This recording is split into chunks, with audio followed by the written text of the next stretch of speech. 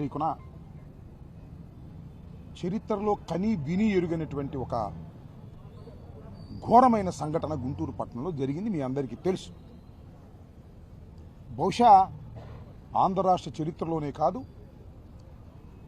భారతదేశ చరిత్రలో కూడా ఇలాంటి అరుదైన సంఘటనలు జరిగి ఉండవు అని నేను అభిప్రాయపడుతున్నా. 37వ తారీఖున 5 గంటల నుంచి రాత్రి 12:20 వరకు మా ఇంటి మీద, ఆఫీస్ మీద పెద్ద ఎత్తున దాడి చేశారు. ఒక విధంగా చంపడానికి ప్రయత్నం చేశారు. ఇల్లుని, ఆఫీస్ని ధ్వంసం చేశారు. నా ప్రాపర్టీస్ అన్నింటినీ కూడా, కార్లు, అక్కడ ఉన్న ఫర్నిచర్ అంతా ధ్వంసం చేసేటటువంటి కార్యక్రమం చేశారు. 7:20 పాటు విధ్వంసాన్ని సృష్టించారు. ఆ తర్వాత నన్ను అరెస్ట్ చేశారు, జైలుకి పంపించారు. 18 రోజుల తర్వాత న్యాయస్థానాల తీర్పుతో నేను బయటకు రావటం జరిగింది. సూమోటివ్గా కేసు బుక్ చేయాలి. నా ఇంటి మీద 31వ తారీఖున జరిగినటువంటి దాడి కానీ, సంఘటన కానీ, police has not registered even a case.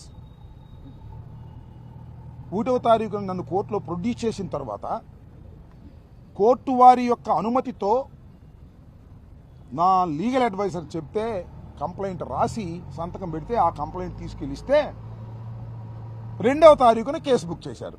ఎవరి మీద? నా ఇంటి మీద దాడి చేసిన వారి మీద నేను ఇచ్చిన కంప్లైంట్ను పురస్కరించుకొని. అప్పుడు దాకా ఆగాల్సిన అవసరం లేదు. Police has to register a case సుమోటివ్. చేయలే అంటే ఇట్ సీమ్స్ పోలీసులు, తెలుగుదేశం వారు కుమ్మక్కై నా మీద దాడి చేశారు అనేటువంటి భావన కలిగే విధంగా, అందరికీ అర్థమయ్యే విధంగా చెప్తాను. 127 class 2, 189 class 2, 324 class 4, 329 class 4, 351 class 2 read with 190 BNS. All are below 7 years. మీకు తెలుసు కదా, 7 years లోపుగా శిక్ష పడే అవకాశం ఉన్నటువంటి కేసుల్లో పోలీసు వారే బెయిల్ ఇచ్చి పంపించవచ్చు. ఇది చట్టం. అందువల్ల ఈ కేసులు మాత్రమే రిజిస్టర్ చేసి వాళ్ళందరూ బెయిల్ ఇచ్చి పంపిస్తారు. ఇంకో విషయం చెప్పనా మీకు, నా మీద కూడా ఇదే కేసులు. All are 7 years below. నాకు మాత్రం బెయిల్ ఇవ్వాలి పోలీసు వారు. కోర్టులో ప్రొడ్యూస్ చేశారు, కోర్టు వారు రిమాండ్కి పంపారు. ఎంత పక్షపాత ధోరణితో పోలీసు వ్యవస్థ పనిచేస్తుంది అని చెప్పడానికి ఇది ఒక ఉదాహరణ. వాస్తవంగా నేను ఇచ్చిన కంప్లైంట్లోని సారాంశాన్ని మీకు ఒకసారి వినిపిస్తా. ఇది చాలా ఇంపార్టెంట్ కేసు అవుతుంది. రాష్ట్రంలోనే చరిత్రలోనే ఇంపార్టెంట్ కేసు కాబోతుంది. దీన్ని పోలీసు వారు యాక్షన్ తీసుకోకపోతే, చట్టం తన పని తాను ఇక్కడ చేయకపోతే, హైకోర్టు, సుప్రీంకోర్టు కూడా వెళ్ళి దీనిలో లాజికల్గా పోలీసు వారు చేసినటువంటి అఘాయిత్యాల గురించి, తెలుగుదేశం వాళ్ళు చేసినటువంటి అఘాయిత్యాల గురించి ప్రపంచానికి తెలియపరిచే విధంగా, డెసిషన్స్ వచ్చే విధంగా కోర్టుల్లో మేము ఫైట్ చేస్తామని కూడా ఈ సందర్భంగా నేను చెప్పాను. In view of the seriousness of the offence committed, I must respectfully request you to register an FIR forthwith for all applicable cognizable offences. ఏవైతే కాగ్నిజబుల్ అఫెన్సెస్ అప్లై అవుతాయో వాటన్నిటి మీద మీరు నా ఇంటి మీద జరిగిన దాడి మీద కేసు రిజిస్టర్ చేయండి అని రాశా. దానిలో including offence relating to attempt to murder, నన్ను చంపడానికి ప్రయత్నం చేశారు, అది కూడా పెట్టండి అన్నా. Unlawful assembly, writing with deadly weapons, criminal trespass, wrongful confinement, criminal intimidation and mischief causing damage to property. నా ప్రాపర్టీని డ్యామేజ్ చేశారు, కార్లు బగలగొట్టారు, నా మిత్రుల కార్లు బగలగొట్టారు, ఇల్లు బగలగొట్టారు, ఆఫీస్ బగలగొట్టారు, ఫర్నిచర్ బగలగొట్టారు. వీటన్నిటి మీద damage, property against all persons involved. I further request you to identify, గుర్తించండి, trace and arrest all the accused persons involved in the commission of the said offence, seized and preserve all video and photograph evidence and conduct a fair, impartial and effective investigation in accordance with all. నేను రాసిన దానిలో ఏమైనా తప్పుందో చెప్పమని అడుగుతా ఉన్న ప్రజానీకాన్ని. మీరు ఎమ్మటే యాక్షన్లోకి రండి, ఫోటోగ్రాఫ్స్ ఉన్నాయి తీసుకోండి, వీడియోలు ఉన్నాయి తీసుకోండి. అన్ని టీవీ కెమెరాల్లో వచ్చేసినాయి, ఆల్ ఛానల్స్ అక్కడే ఉన్నాయి ఆ రోజు. వాటిలో తీసుకోండి అంటే ఇంతవరకు ఈ సింపుల్ సెక్షన్స్తో కేసు బుక్ చేసి వాళ్ళని బయటికి పంపించేశారు.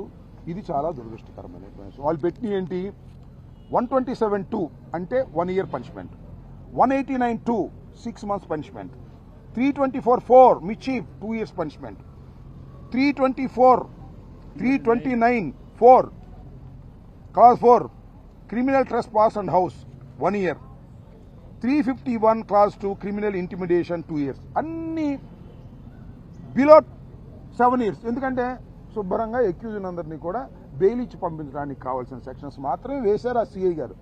ఆ సిఐ గారు తెలుసు కదా, గంగా వెంకటేశ్వర్లు గారు లోకేష్ గారి బంధువు. ఇంతకు ముందు కూడా చెప్పేవాళ్ళు చెప్పట్లా. గంగా వెంకటేశ్వర్లు గారు సింపుల్గా ఇవి వేసేసి వాళ్ళని రిలీజ్ చేసి పంపించారు. వాళ్ళు పోలీస్ స్టేషన్కి వచ్చారో కూడా నాకు తెలియదు. 8 clause 2 voluntary causing hurt of grievous hurt by dangerous weapons and means. Dangerous weapons తీసుకొచ్చారు వాళ్ళు. చూశారు కదా, పలుగులు, కత్తులు, రాడ్లు, పెట్రోల్ బాంబులు తీసుకొచ్చారు. దీనికి ఇంప్రిజ్మెంట్ ఫర్ లైఫ్. ఇది చేస్తే ఇన్ఫర్మేషన్ ఫర్ లైఫ్ ఉంటుంది కాబట్టి వాళ్ళని రిలీజ్ చేయడానికి వీలు కాదు కాబట్టి ఆ సెక్షన్ వేయలే. ఇంకోటి 109 అటెంప్ట్ టు మర్డర్, నన్ను చంపడానికి ప్రయత్నం చేశారు, నా పిల్లల్ని చంపడానికి ప్రయత్నం చేశారు, ఇదేమంటే ఇది 10 years, దీన్ని వేయలే. 192 wantonly giving provocation with intent to cause rights in writing be committed if not committed, ఇది కూడా 1 year. ఇది పెద్ద ప్రాబ్లం. ఈ 2 సెక్షన్స్ వెయ్యవలసినటువంటి సెక్షన్స్ వెయ్యకోకుండా ముద్దాయిలకు అనుకూలంగా ఉండే విధంగా గంగా వెంకటేశ్వర్లు అనేటువంటి ఒక సిఐ లోకేష్ బంధువు ప్రవర్తించినటువంటి పరిస్థితిని మేము ఎంక్వైరీ చేయడం జరిగింది. అదే విషయాన్ని సూపరింటెండెంట్ ఆఫ్ పోలీస్కి చెప్పడం జరిగింది. ఈ గంగా వెంకటేశ్వర్లు అనే వ్యక్తి ఎక్యూజ్డ్తో కొల్లుడైపోయాడు కాబట్టి ఒక సుపీరియర్ ఆఫీసర్తో లేదా ఒక సిట్తో విచారణ జరిపించి దీనిలో న్యాయం చేయండి అని ఈ మొదటి రిప్రజెంటేషన్ మేము ఇవ్వటం జరిగింది అని ఈ సందర్భంగా చెప్పదలుచుకుని ఏం యాక్షన్ తీసుకుంటారో నేను తర్వాత చూస్తాను. చాలా విచిత్రమైన ఘోరమైన పరిస్థితి. 10:20కి రాత్రి నన్ను అరెస్ట్ చేశారు అఫీషియల్గా. అరెస్ట్ చేయగానే మా మిత్రులందరూ ఇక్కడ ఉన్న వాళ్ళందరూ అమ్మాయ రాంబాబు బతికిపోయాడరా, లేకపోతే ఏమైపోయాడో, అంతమంది పోలీసులు ఉన్నారు, అయినా సరే పెట్రోల్ బాంబులు వేస్తున్నారు, పరుగులేసి ఇల్లు పగలగొడుతున్నారు, 10:20కి అరెస్ట్ చేశారంటే పోనేలే సేఫ్లోకి వెళ్ళిపోయాడు, జైల్లోకి వెళ్ళిపోతాడు, అక్కడైనా సేఫ్గా ఉంటాడని సంతోషపడ్డారు ఒక విధంగా. ఆ తర్వాత కూడా 12:20 దాకా వెళ్ళా అక్కడే ఉన్నారు ఈ మాబ్ అంతా, తెలుగుదేశం నాయకులు అందరూ కూడా. 12:20కి వాళ్ళకి అలుపు వచ్చింది, వెళ్ళిపోయారు పోలీసులు. నల్లపాడు పోలీస్ స్టేషన్లో 10:40కో 10:60కో నన్ను లాకప్లో వేసిన తర్వాత 2:30కి నన్ను లాకప్ నుంచి బయటికి తీశారు. పాస్ పోసుకోవడానికి తీలా, మంచిలు తాగడానికి తీలా, ఎందుకంటే లోపలే బాత్రూమ్ పడితే లోపలే వాటర్ బాటిల్ ఉంది. తీసుకొచ్చి నల్లపాడు పోలీస్ స్టేషన్లో పైకి తీసుకెళ్లి అక్కడ రూమ్లో కూర్చోబెట్టి నన్ను హెరాస్ చేయడానికి ప్రయత్నం చేశారు. కాళ్ళని పైకి లాగటం, పగలు తీయటం. 2 కానిస్టేబుల్స్, ఈ వంశీ అనే సిఐ, గంగా వెంకటేశ్వర. అసలు గంగా వెంకటేశ్వర ఎందుకు వచ్చాడో తెలియదు. రాత్రి 2:30కి వచ్చాడు డ్రెస్సులో. అంటే నన్ను హింసిస్తుంటే చూడసి ఆనందపడదామని వచ్చాడో లేకపోతే లోకేష్ పంపించాడో నాకు తెలియదు. వచ్చి అక్కడ హెరాస్ చేయడానికి ప్రయత్నం చేశారు. తర్వాత మళ్ళీ తీసుకొచ్చి లాకప్లు వేశారు. వాళ్ళ దృష్టిలో హెరాస్ చేసినట్టే లెక్క. పైకి చెప్పుకున్నారేమో మరి కెమెరాలు కూడా ఇట్ట కదిపారు, మరి తీశారో లేదో నాకు నాలెడ్జ్ లేదు. ఆ తర్వాత తీసుకొచ్చి లాకప్లు వేశారు. దీని మీద ఎంక్వైరీ చేయమని ఎస్పీ గారిని అడిగారు. అది ఒక రెండవ రికమెండేషన్. దానితో పాటు అక్కడ సీసీ కెమెరా ఉంది, పని చేస్తుందో లేదో నాకు తెలియదు, పని చేసి ఉండాలంతే, ఎందుకంటే కోర్టు వారు ఆదేశించారు. అక్కడ 2 సీసీ కెమెరాలు ఉన్నాయి. ఆ 2 సీసీ కెమెరా ఫుటేజ్ని రిజర్వ్ చేయండి, సీజ్ చేయండి, మీ దగ్గర పెట్టండి అని ఎస్పీ గారికి ఇవ్వటం జరిగింది. బండారం బయట పడిపోద్ది. అసలు 2:30 నన్ను బయట తీయాల్సిన అవసరం ఏంటి సెల్ వేసిన తర్వాత? తీశారంటే తప్పు చేసినట్టే కదా. దీని మీద కూడా వాడిని ఎంక్వైరీ చేసి అవి సీజ్ చేయవలసిందిగా ఎస్పీ గారిని మేము కోవడం జరిగింది. డీజీపీ గారి దగ్గరికి కూడా ఈ రిప్రజెంటేషన్తో ఇప్పుడు వెళ్ళబోతున్నాం.